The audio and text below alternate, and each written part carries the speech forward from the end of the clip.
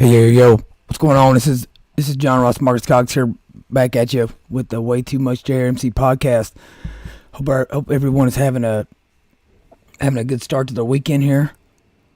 I know I was just with you here a couple of days ago, but had a lot of stuff happen last 48 hours. But I figured I'd hop back on here and talk about a little bit more stuff here with you guys. So, a couple housekeeping items. Obviously, appreciate all y'all for listening, all y'all for watching.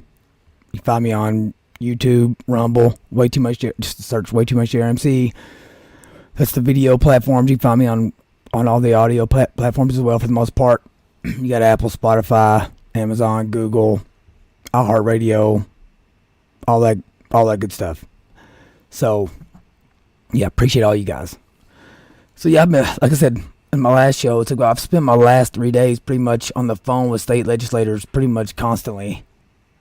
From the time I got into bed till the time I got up out of bed, time I went to bed, or at some kind of political event, or talking politics with people out at the restaurant or whatever.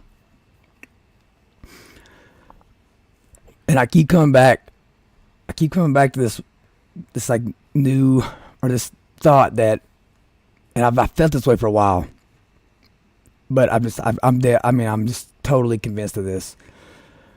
And I'm not the first person, obviously. I don't think I have some huge novel idea. But the Republican Party is headed in a new direction.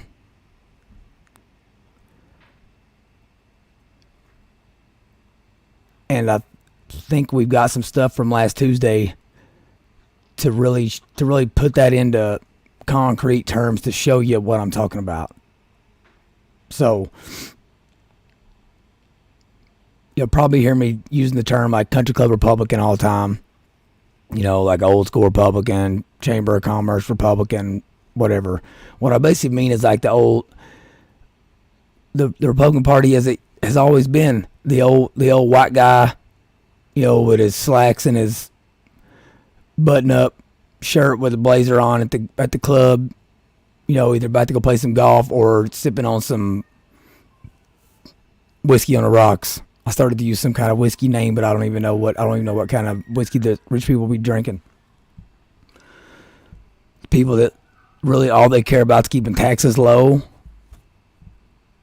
They want taxes as low as possible for They want corporations to be people and be able to spend money and be able to spend money on elections and donate to campaigns, and you know they want wages low. You know, like the thought of unionizing, even though I don't like most unions currently, like the thought of unionizing is almost to them an immoral practice.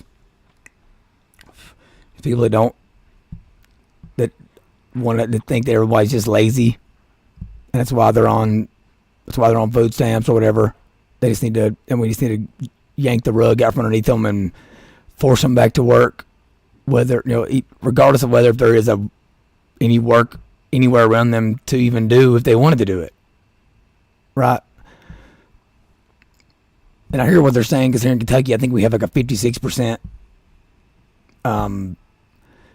able-bodied employment rate here. So it's substantially low, the number of able-bodied people that are working in the state. So I'll give them that. But the voters of the party historically have just kind of went along with that and went along with the marching orders. But we're starting to see glimpses of the real direction this party's headed in. Okay? And before you jump off here and start thinking I'm some crazy lunatic and a liberal in sheep's clothing or whatever, just hear me out. Hear me out here. So I talked about this on the show previously. I'm going to talk about 2 amendments in the state of Nebraska, and I'm going to talk about the 2 amendments here in the state of Kentucky. Okay, so this is a perfect example of what I'm talking about on like the party demographics changing. So in Nebraska, Initiative 432 required photo ID for voting. This measure would amend the Nebraska Constitution to require that voters present valid photographic identification in a manner specified by the legislature. A yes supports requiring voter ID, and no rejects voter ID. This passed 65-34. So Nebraska, they said, listen, dude, you got to show an ID, man. You gotta show an ID when you vote. All right. Initiative 433 increased the Nebraska minimum wage to $15 an hour. It says this measure would increase the state minimum wage annually to $15 per hour in 2026. Beyond that, the minimum wage would be adjusted annually to account for increases in the cost of living. A yes vote supports raising the minimum wage. It passed 58. So 58.5% voted yes, 41.5% voted no. So it passed to raise the minimum wage to $15 an hour. Now you may ask, how on God's green earth does the same constituency pass what the left would say stricter voter ID requirements, but also vote to increase the minimum wage to $15 an hour?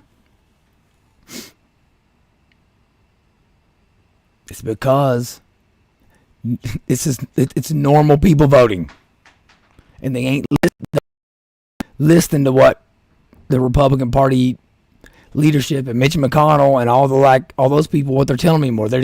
They know for a damn fact that they're not leftist. They know they don't support all this transgender stuff in schools. They don't support boys playing in girls sports. They don't support pornographic materials in school libraries.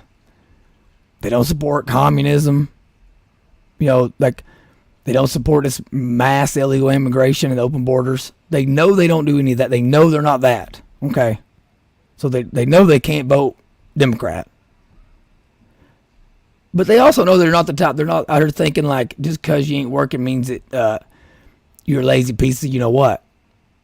Some trashy hillbilly. All you want to do is do dope and sit on your behind, and we just need to yank the rug out from underneath you and maybe it'll get you up and get you going. Okay, these are average people. Okay, they're not a certain color, they're not a certain gender, not a certain age demographic. Even though maybe we could all make the point that we know they're not 27-year-old women or younger because they vote like 70% Democrat. Okay, but these people they're voting to require photo ID because this is middle America. We play youth football, right? Y'all know I'm a youth football coach. It is ridiculous what I have to go through to get my 9U team registered to play in a 9U tournament. Okay, these kids got to walk in. They got to have a picture of themselves in their jersey right there, printed off. Then they have to be in that same jersey. Hopefully, it was like the same haircut and everything, because if there's any difference, they're going to try to disqualify them. They got to have their birth certificate notarized. They got to answer questions off their birth certificate. They're 9. Where were you born? Well, I know where I live right now. They better know where they were born if they were born somewhere else, or they'll be disqualified. Then after that, they got to go stand on a cattle scale. Okay, while they're being recorded. Where the camera can see the jersey, their face, and the cattle scale, because damn it, they better not try running the ball if they're over 115 pounds. And if the coach of the other team suspects something in the middle of the game, they can challenge it, and they will yank that kid out of the game if I like playing a kid somewhere where he shouldn't be at. Okay, these people live that life. They're going to these stuff like this. And then someone turns around here and tries to say that it's racist to require somebody to show a picture identification in order to do what arguably is the most important thing they're ever going to do in their life, which is vote. So we're going to make it super restricted to play 9U football. But we're not going to require someone to show picture ID to vote in our elections whenever supposedly the left's telling us that democracy is under attack. Well, how easier to attack a democracy than if you can go in and vote without proving you are who you say you are? Okay. Then you have the same people turn around and say like, I don't care. You got to show picture ID. These people would also do away with thinking 2-month early voting and all that stuff. They do away with that too. I'm just telling you. because it's ridiculous. All right, but these same people are increasing minimum wage to $15 an hour. Well, you might say, well, how can they be like that? I thought those people were, I thought they were crazy people and white nationalists and all this. It's like, no. Well, I mean, they might be white. They also might be black. They might be Hispanic, but they are living real lives, right? They're going to the grocery store and buying milk, and it's $5 a gallon. Okay, if they have to go to Walgreens and get some real quick because they don't have any in the morning. All right, they're going and buying clothes and stuff costs more than it ever has ever. They're trying to pay rent, and they're having to work crazy shifts in order to make ends meet, or they're working and still having to be on the government dole in order to make ends meet. So these people are saying, "Listen, I'm a conservative person. You know, like I'm embarrassed. I'm taking government handouts, but at the end of the day, like I got a family to feed. Like I can only take my principles so far." That's the direction we're going in, and that's what the Republican Party's going to have to realize that and embrace this and figure out how to navigate this. Because same thing with let's go over. Let's look at our Kentucky amendment. You know, it's like we put this no constitutional right to abortion on the Kentucky ballot. Okay, and listen, I would support an outright ban on abortion. Okay, because it's like you obviously have to define abortion a certain way. You know, I don't want to do away with like the morning after pill or like rape kits, but because there's nothing in this amendment that says, and even though I know the amendment wasn't trying to do this, it says nothing in the state constitution shall be construed to secure or protect the right to abortion or require the funding of an abortion. That's it. Okay? There should have been a comma that said, however, the legislature would still have the authority to enact legislation to protect the life of the mother or to allow abortions in the cases of rape and incest to a certain extent. Just doing that, even though it wouldn't have said that they have to allow exceptions or that they have to make any kind of legislation, it wouldn't be. The point of the amendment wasn't to create new law. It was to establish that that our Constitution in Kentucky is mute on the matter. But again, it's like I'm not trying to cut off my own nose and spot my own face. They should have put something in there that said, but the legislatures can still enact policies that would allow for exceptions in the cases of rape or incest. If they just put it in there, I think it passes. Because these are the same people. Yes, we all go to church, all of us. For the most part, not all of us maybe, but most of those people are voting Republican. They've been to church before. They believe in traditional marriage, traditional family values, conservative values. Okay, but they also would vote to require photo ID. And I know people ain't gonna like to hear this, but if that same minimum wage measure was on the Kentucky ballot, I think it's a pretty good chance that it would have passed. Not saying I would have liked it or that it wouldn't have been like absolutely terrible for the economy, but I just think it would have passed.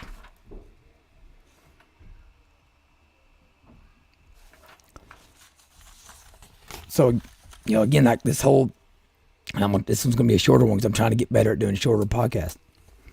But this whole idea that it's the Republican Party of old that's taking over and we're headed in that direction, nothing's further from the truth. If the Republican Party doesn't grab hold of the common working man in the state of Kentucky, but all across this country, if they don't grab a hold of them and stop calling them election deniers and like all that, and start trying to attack and like trying to get people, like the politicians that they relate to the most, like Marjorie Taylor Greene, Lauren Boebert, Carrie Lake, Savannah Maddox here in Kentucky, if they don't stop attacking those Republicans that actually do represent the values and principles. I don't know if Savannah represents what I'm trying to talk about here. I don't want to put words in her mouth, or any of them for that matter. But I just know that those are the politicians that people like myself would say represent us in our government. And those are the ones that the Republican establishment attacks the most and are trying to get rid of. If they don't stop doing that, I will tell you right now that within two to three at the most election cycles from this point on, they'll be voting. They'll be voting Democrat again. Because a lot of these voters were Democratic voters. They voted for Bill Clinton twice. They also voted for Ronald Reagan. All right, but Bill Clinton, if you went back and matched up what he said with most of what I'm talking about here, probably right along the same lines. Okay, to kind of give you an example of what I think I'm getting at here is, I think at least in the state of Kentucky, and again, I think the state of Kentucky is indicative everywhere. I mean, let's think about us here. I mean, we are absolute middle of the country. There's a reason that UPS is headquartered in Kentucky. There's a reason Amazon's headquartered in Kentucky. There's a reason DHL's headquartered here in Kentucky because of our centralized location. All right, we have pretty clean freaking water, abundant natural resources, 4 seasons. You know, like, if it's happening here, it's happening everywhere. All right, because either happened there first and it's kind of funneled. If it's funneled here from California and it's the same stuff that's happening in California, it's happening here, it's happening everywhere else, is what I'm trying to say. So to give you an example of the stark contrast that I'm talking about, and to show you this isn't the traditional Republican, this is constitutional conservative Christians that understand life is nuanced. And there's more to the story. I could almost guarantee you here in Kentucky, if you put these 2 ballot measures on a Kentucky statewide ballot, they both pass. Number 1 is put point blank. Under no circumstances, none, can the governor, the legislature, the judicial branch, anybody, period, none of them can limit church attendance or tell you when you can go to church, where you can go to church. 0. They would say, I don't care if there's a fountain of black plague in the middle of the worship room. Can't tell them they can't go there. Point blank. That would pass. Same time, I really do believe this, and if they painted it this way, that if you put on there that, I'm trying to figure out, make sure I worded this correctly, that if you put on there that the possession of marijuana under a certain amount, I don't know what ounces to say because I don't smoke it, but whatever a normal recreational amount would be for a couple blunts in your car or whatever, the possession of marijuana under a certain amount is no longer considered any sort of criminal offense. Okay? I think that would pass too here. And I think that what I'm saying is different than legalizing recreational marijuana. I don't think people are there yet. I don't know that I'm there yet. Okay? What I do know is I'm tired of seeing Billy Bob or Quintez, whatever, think of like the widest name and the hoodest name you can think of. I'm tired of seeing them getting locked up or catching a charge because they had a JOB roller with some residue in their car, or a couple blunts in their like bubble jacket. Tired of seeing them getting locked up, catching a charge, and living in an area where there's already no work. And now you have a reputation of being a dope head, and you never get another job. All right, I'm tired of seeing those same Billy Bob and Quintez having cloudy piss when they're going over to try to work at Amazon or something and make like $10 an hour on a holiday shift, and they can't get the job because they were smoking weed the night before. Again, especially in small rural areas where this happens, because the same 5 people are hiring for every job that's offered in the county. And now 5 years later, you apply for another job, and they're like, I remember old Jerry Wayne. He failed that piss test. I ain't going to interview him. He's trouble. That's what happens, people. I know. I mean, I'm not making a moral argument here. I'm not saying that I'm not saying I don't think the people in Kentucky would pass a constitutional amendment to make recreational marijuana legal. I don't. But there's a difference in that and saying the war on drugs should be focused on the people selling dope and bringing it in our communities instead of focusing the resources on the little guy who's smoking a J and living in his mom's basement.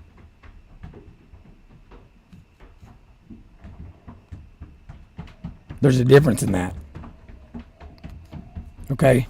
I think those same people would vote to like walk back a lot of these the election stuff from the pandemic. Most of those people think it's ridiculous that people can vote 2 months before an election. They do. Those same people would vote and say, yeah, you got to have a photo ID. You have to. But because of that, everyone's going to get a free picture ID. Now, there actually was a state, I think it was Montana there, somewhere that voted that down. I can't believe that's crazy to me. Those same people would say, yep, give everybody a free ID card. Let's any kind of like hints or something that can make it seem like this has racist connotations. Let's do away with it. It's free ID cards. You can come get them. Those same people, all of them, think it's ridiculous so you can ballot harvest. And same person can pick up 100 ballots and bring them back. Most of those people think it's ridiculous that you can mail in your ballot anytime you want. Okay? The issue's in the messaging. And the people that end up being elected officials, they don't know how to talk to the people. They don't know how to frame things and explain it because they ain't never lived the life. They ain't about the life.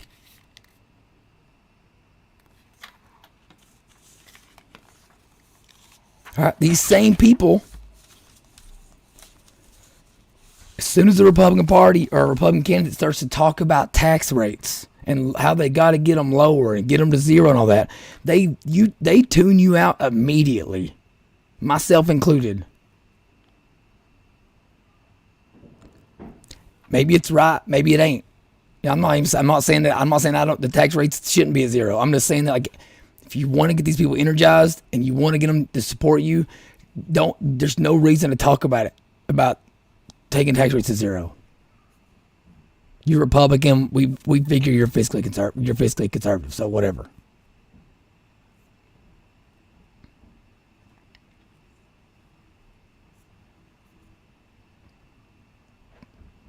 The main thing I'm trying to say is the Republican Party is changing. It's already changed. It ain't going back. But you've got the Republican Party right now has some voters that didn't have before that would have been voting for Bill Clinton. So you got a little window to keep them, to become the party of the working man. All right, I'm okay with taxing the rich people if it means I can get some football fields built for the normal kids, the average kid here in Jefferson County, so they can have a safe place to play football. To where schools can't say, oh, yeah, we don't want you tearing up our grass. You can't come play here. We don't care if you put in all that work. Or where they can't say, oh, well, nope, there's so much COVID. 11 kids have died in 2 years from it. You can't play football anymore. It's just a game. It has nothing to do with life. So you can't play it anymore. You know, can't play it. I'm okay. If we got to raise taxes to build us some youth facilities, do it. If we have to use government resources to incentivize traditional family like values and the formations of traditional families in the form of tax credits for people, and it has to be tax credits because a lot of them they ain't gonna be paying taxes anyways. I want to incentivize traditional marriage. I don't want people losing out on their food stamps or their public housing because they decide to get married, or because they're trying to stay married or trying to stay with their ex-felon husband that just got out of prison, and now they're having to decide, okay, do we live together and stay married, or do we get divorced so that I can stay in, so that, because I can't have a felon living in public housing? It's asinine. We got to figure out ways to help people with records, nonviolent records, from, again, being on the victim end of drugs. When you're the person doing opioids and smoking the weed, like, you ain't the one cultivating it, packaging it, organizing the crime around it, and pumping it in the communities. We got to figure out how to help them expunge the records and make them, beneficial in society, beneficial to society. Give them some agency in their lives and make them excited. Make them be able to make their kids proud of them. These people that live in areas like where I'm from, Southeast Kentucky, and these coal towns where there's no jobs, and let me tell you something, there's never going to be jobs there. I heard the Chamber of Commerce, so they talk about how they're the most likely jobs that are going to be in East Kentucky were healthcare jobs and logistical manufacturing companies. Let me tell you 3 things wrong with that. The healthcare jobs are coming. In order for those healthcare jobs to keep coming, we need to keep that population sick. We need them to be all to be diabetics, like most of my dad's side of my family. We need diabetes running rampant, high blood pressure, heart disease, lung cancer. We need you smoking. We need you methed out, doped out, strung out. So you need those hospitals. So if we're going to, the need for more hospitals and more healthcare is a direct result of an unhealthy population. The problem with the logistical and the manufacturing is, who on God's green earth is going to move a logistics company into a part of the country where there's times I lived there. I lived there for 20 years. I still have to slow down and put both hands on the wheel to drive through the mountains because I'm so nervous. Where I know my tank is going to get depleted about 50% quicker going one way because I'm going straight up mountain than the other way because I'm going downhill and I can coast. No trucking company is going to do that. They were just making stuff up.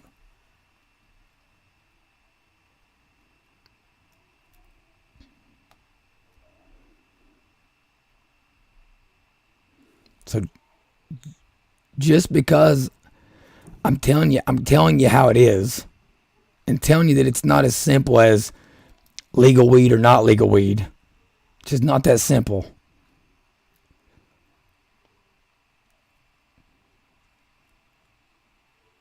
The fact that I'm sitting here and saying that most everyone I talk to on a one-on-one level agrees with much stricter voting requirements than we currently have in most states. It doesn't even really, I'm not even making concrete statements of my own beliefs at this moment. I'm just telling you what is.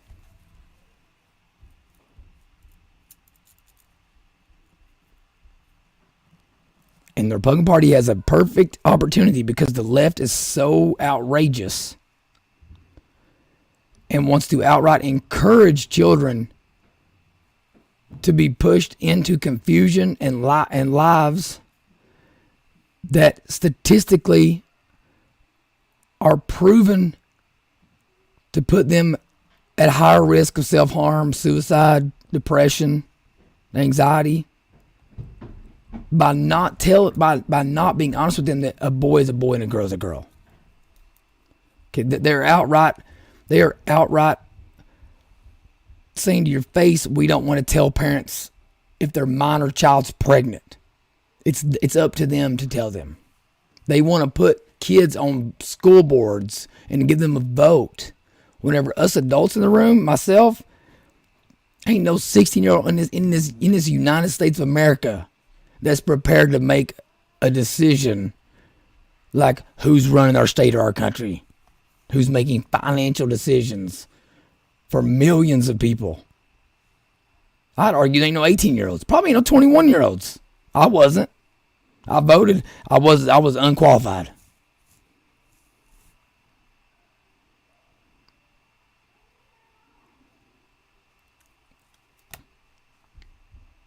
Okay, they're out. The left is so crazy right now. They're giving us a window as constitutional conservatives, okay, to say, all right, we're going to grab a hold of this voting block and make the Republican Party the party of the working man. And if the Republican Party doesn't do it, they're either going back, voting Democrat again, because they feel slighted, or they're just going to throw you out altogether and take the party over, and who knows where it goes.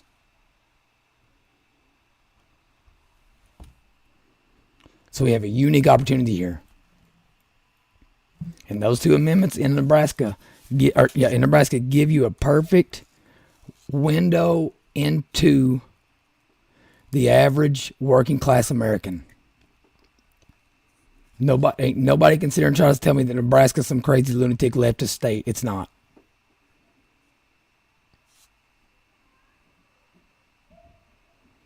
They want a stricter voter ID,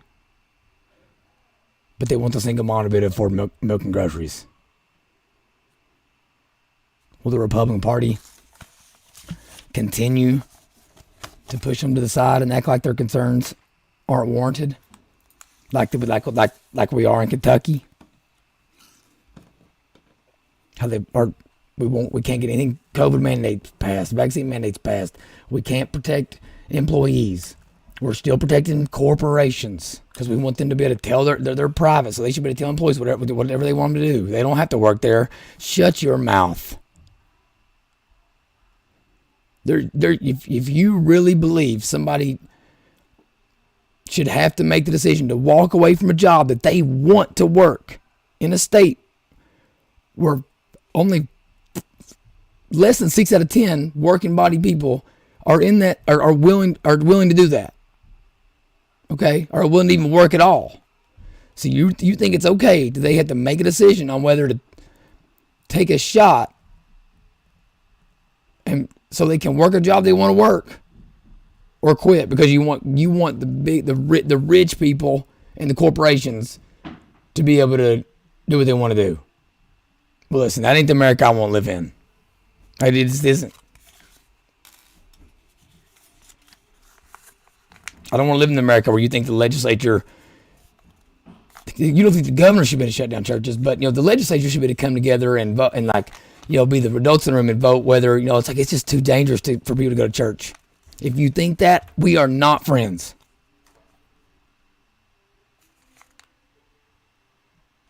So I'm telling you, Republican Party, decide where you're at, because I know where I'm at, and I'm telling you, I ain't going nowhere. I'm coming, and the people like me, we're coming. Y'all let us get just enough education, just enough exposure. You let us be on the, have just enough conversations to where now we think like maybe we deserve to be here. And we're playing for keeps. We are playing for keeps.